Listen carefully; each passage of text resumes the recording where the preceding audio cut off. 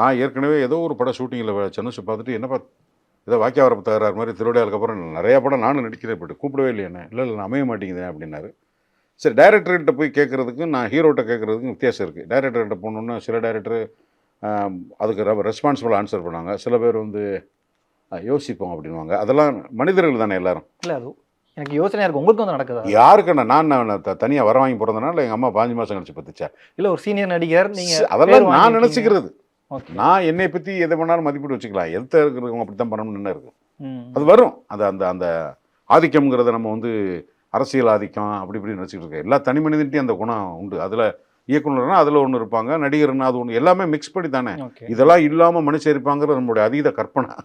எல்லாம் இருக்கும். ஸோ அதனால் அது போய் கேட்டால் அவங்க ரியாக்ட் என்ன இருக்குன்ற கேள்வி நமக்கு வந்துடும். அவன் எப்படி இருந்தாலுமே முதல்ல அந்த கேள்வி நமக்கு இருக்கும்போது கூச்சம் வந்துடும்.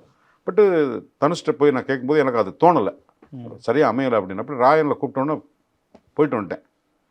போய் நடித்தாச்சு. அதுக்கப்புறம் டப்பிங் போகும்போது டப்பிங்லாம் பேசி முடிச்சுட்டு ராயன் முடிக்கும்போது, என்னப்பா சின்ன கேரக்டர் கூப்பிட்டுருக்கேன்னு கேட்கலான்னு நான் நினைக்கிறேன். டப்பிங்கில் உள்ள சார் அடுத்த படம் இட்லி கடை ராமராஜன் ஒரு கேரக்டர், நம்ம 2 பேரும் தான் நடிக்கிறோம், அதில் நீங்கள் தான் ஹீரோ, பாய் பாய் சார்னார். நான் வாயை திறக்கலை.